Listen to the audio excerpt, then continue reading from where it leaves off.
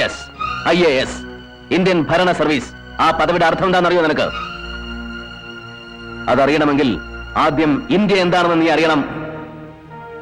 അക്ഷരങ്ങൾ അച്ചടിച്ചു കൂട്ടിയ പുസ്തകത്താളിൽ നിന്നും നീ പഠിച്ച ഇന്ത്യ അല്ല അനുഭവങ്ങളുടെ ഇന്ത്യ.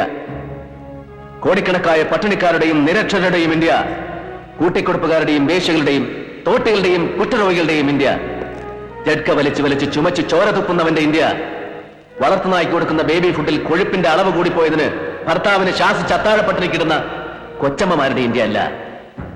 മക്കൾക്ക് ഒരു നേരം വയറുനിറച്ച് വാരി ഉണ്ണാൻ വക തേടി സ്വന്തം ഗർഭപാത്രം വരവിൽക്കുന്ന അമ്മമാരുടെ ഇന്ത്യ.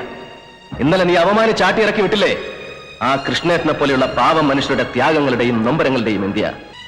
ഇന്ത്യ എന്ന മഹാരാജ്യത്തിന്റെ സോൾ, ആത്മാവ്.